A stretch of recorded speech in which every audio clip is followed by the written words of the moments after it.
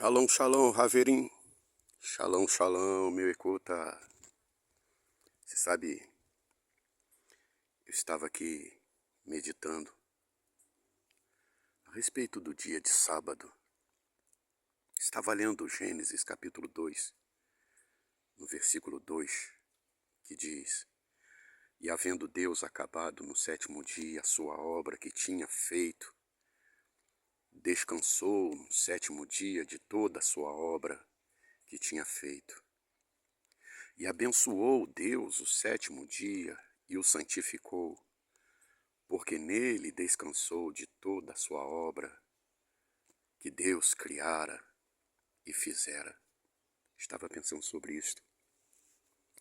Deus, ele fez o planeta Terra e fez todas essas coisas maravilhosas que nós conhecemos e que nós, seres humanos, estamos gradativamente destruindo, aos poucos destruindo.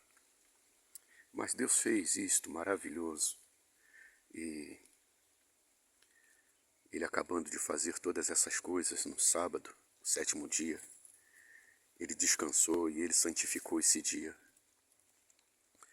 E esse capítulo de Gênesis, capítulo 2, versículo 2, me levou a Êxodo, capítulo 20, versículo 8, que diz: Lembra-te do dia de sábado para o santificar. Deus ordenou ao seu povo. Você sabe que, no princípio, ainda não existia a nação de Israel, não existia Abraão, não existia nenhum desses homens, os nossos patriarcas, os nossos profetas, não existia, os nossos apóstolos, nenhum deles existia. E Deus já havia santificado o sétimo dia.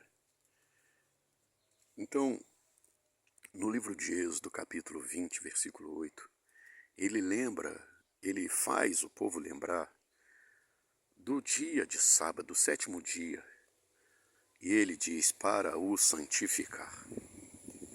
Êxodo capítulo 20, versículo 8. No versículo 9 ele diz: 6 dias trabalharás e farás toda a sua obra. Quer dizer, ele nos deu uma semana completa, de domingo a sexta-feira. Você sabe que domingo é o primeiro dia da semana, né?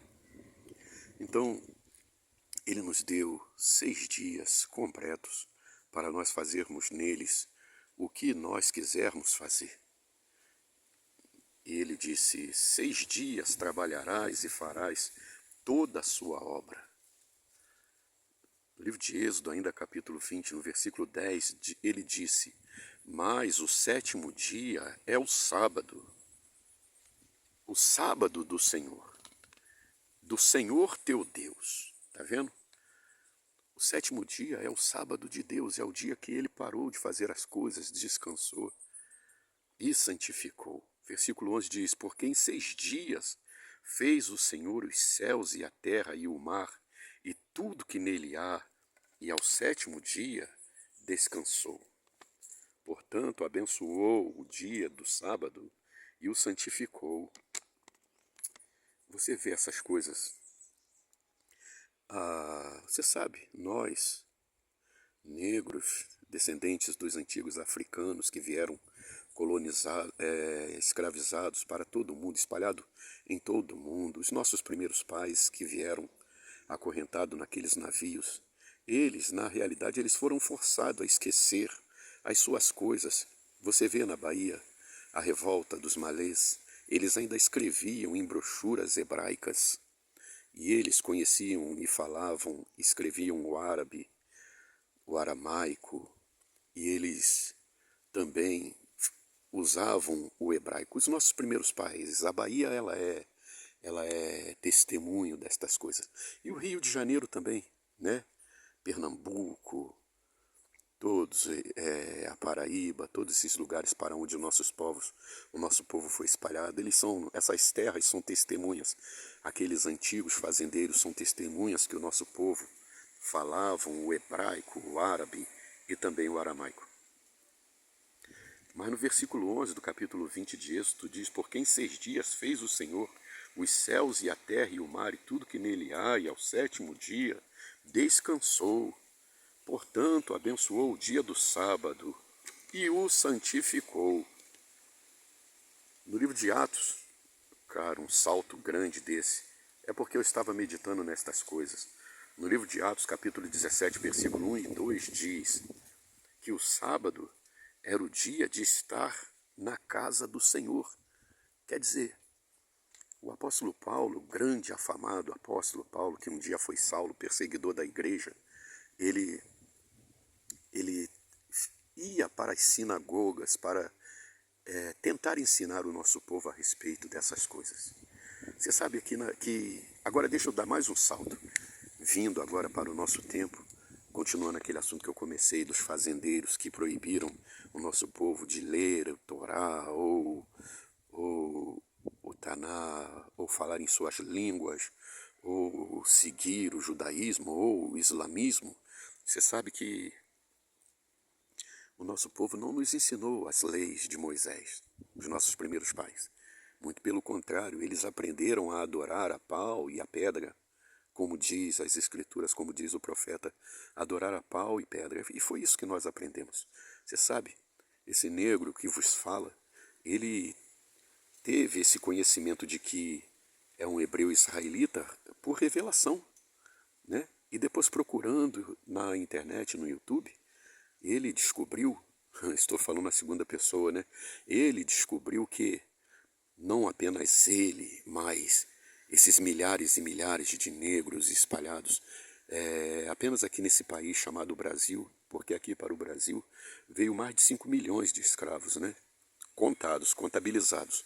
Agora, se for contar aqueles que vieram de uma forma clandestina, mais de 6 milhões, mais de 12 milhões, fora aqueles que morreram no Atlântico, né? Então, nós não aprendemos a lei de Moisés. Nós estávamos totalmente desalienados dessas coisas, como a circuncisão e agora esse assunto da guarda do sábado. No livro de Atos dos Apóstolos, outro salto, capítulo 17, versículo 1 e 2, o apóstolo Paulo estava ali ensinando, né? No Evangelho de Lucas, capítulo 13, versículo 14, você se lembra aquela mulher, a cura da mulher paralítica? No versículo... Era no sábado, no capítulo 14. Era sábado. E Jesus libertou aquela mulher daquele espírito de enfermidade. E os doutores ali da lei e os sacerdotes enciumados, porque não acontecia isso com eles, né? Eles começaram a criticar Jesus, que podia vir em outros dias, mas não no sábado. Olha, Jesus, ele chamou eles de hipócritas. E ele disse que no sábado eles acordavam bem cedinho, sem ninguém ver, né, na calada da noite, e levava cada um seus animais para beberem água. Eles se preocupavam com os animais, mas eles não estavam preocupados com aquela mulher que estava 18 anos. Aquela mulher estava 18 anos sofrendo de uma opressão demoníaca, um espírito de enfermidade. Eles se preocupavam mais com seus bois, com seus animais, do que com o ser humano. Jesus, ele veio para reformar o judaísmo. Ele é o verdadeiro reformador do judaísmo. Então, o que é seguir Jesus? Eu nem falo cristianismo, mas eu falo os seguidores de Jesus, os cristãos, porque a palavra cristão, ela significa seguidor de Cristo, seguidor de Jesus. Então, o cristianismo, essa fé que nós seguimos em Yeshua, vamos dizer, essa religião que eles chamam isso de religião, ela na realidade é uma reforma do judaísmo, né? Aliás, o Evangelho, o Novo Testamento é uma reforma do judaísmo, do Antigo Testamento, da Torá, né? E eu não estou aqui blasfemando, porque Jesus foi um cumpridor da lei. Ele não veio destruir a lei, ele veio cumprir a lei. E ele é um grande reformador do judaísmo. Aquela mulher, por eles, ela estava condenada, Jesus também. E condenado por fazer esse milagre no dia de sábado. Então, esse é um assunto bem palpitante. Alguém pode questionar, mas se você conseguir contradizer aquilo que está escrito, amém. Shalom, shalom.